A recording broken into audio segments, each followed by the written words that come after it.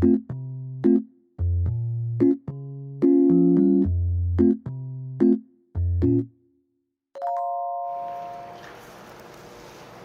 I have your passport and arrival document, please? Yes, here they are. Okay. Your name? My name is Shang Li. Why did you come to KAIST? I'm gonna work as a professor at KAIST in the Chemical and Biomolecular Engineering department. Do you have some experience in teaching students before coming to KAIST? Yeah, I worked at a university and I taught both undergraduate and then graduate students before. You said communication with students is important. What do you mean? Everything is based on communication. If I'm teaching students, then I need to make sure the student understand what I want to offer them and what I want to teach them and then what I expect from them. But at the same time, I also need to understand what the student want to learn from me and then what they want to get from their experience, whether it's learning or doing research. So that's why I meant communication is very important. So do you think you're doing well with it? One of the things with teaching university students is you have new students coming every year and then every generation have their different perspectives. So in a way, you have to learn from them and then adjust accordingly. So there's never a complete process. It's always a continuously evolving process. You often ask for presentations or reports instead of exams. What is good about that? So that's something I learned from my own experience. So as an engineering student, I always thought that I just need to be good at doing calculation and doing the design. But then after I graduated from school and then started my own job, I realized that I also need to have the ability to organize my thoughts and then convey that thoughts to other people as well. Otherwise, the thoughts is all in my head, but other people cannot understand me. So now that I'm a teacher, I want my students to be trained. Of course, they need to learn all the necessary skills to be a good engineer, but then they also need to know how to organize their thoughts and then convey their thoughts to other people. So the only way to do that is you have practice. You have to practice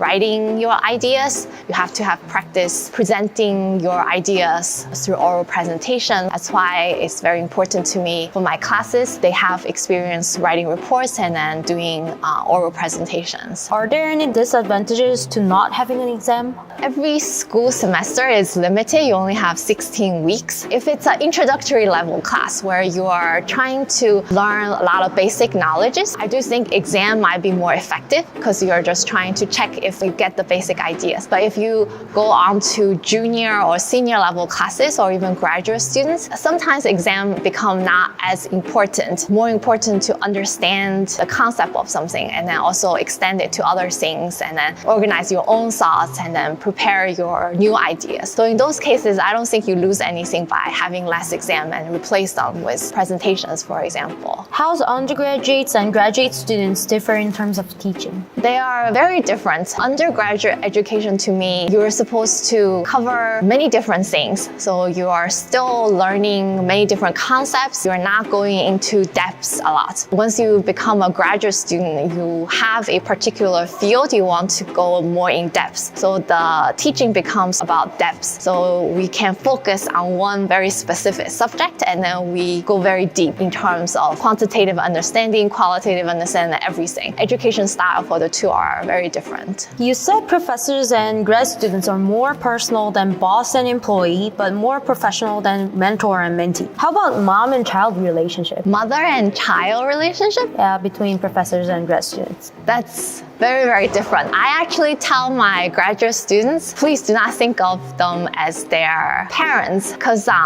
graduate student and professor, after all, is a professional relationship. This is just my personal opinion, but I think certain level of boundary is very important. Parent-child relationship to me is very personal. You get support from your parents in terms of very emotional things, and then you can hide no secret. But if it's a professional relationship, sometimes certain level of boundary I think is healthy. If it's too close, I I think you can get into gray area, which is unhealthy both for the professor and the student. We can be very, very good friends, but we can never be mother and child. I think that boundary is something you should not cross. So you want your grad students to have some secrets from you?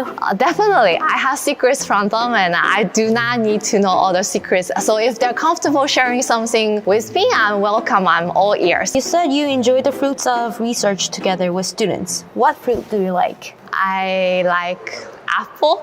How do you share the fruits? By incentives? This is the real question. We do have incentives. I think students like that too. Yeah. To me, the most enjoyable is maybe seeing the intangible. So it's not so much about the money or the award or getting anything. So when something is actually resolved, it's published or put together, that's one of the things I feel like you have to be a researcher in order to understand how much joy that brings you. So if you work on a subject, you prepare them into a manuscript, you go through the review process, you get it published. Usually it takes months and then to finally get it done. So when it's done, it's like your baby and then you see it together, and then that is joy that you can't really quantify with money. I'm not saying money is not important. I enjoy having resources too, but that's a different aspect which is equally important. You do get that from academic research, which you are hard to get from other things. You are really a scientist. I think so. I didn't think I was before, but after graduate school, I think I really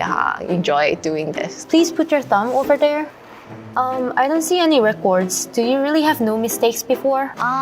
Maybe not. I don't think I consider that I made any mistakes. Mistakes means something that I regret and I wish I can undo. For me, there are things that didn't pan out as well as I hoped for, but then I don't really consider them mistake. They're just life lessons that I learned. I am happy I went through them, and then I definitely benefited from those things. For last, do you have anything to declare for students?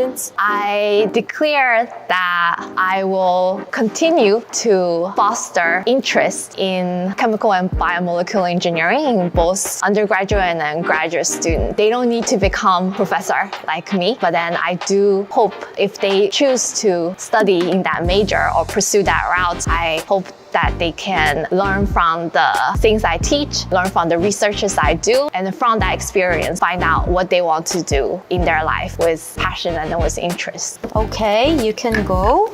Have a good time at KAIST. Thank you very much.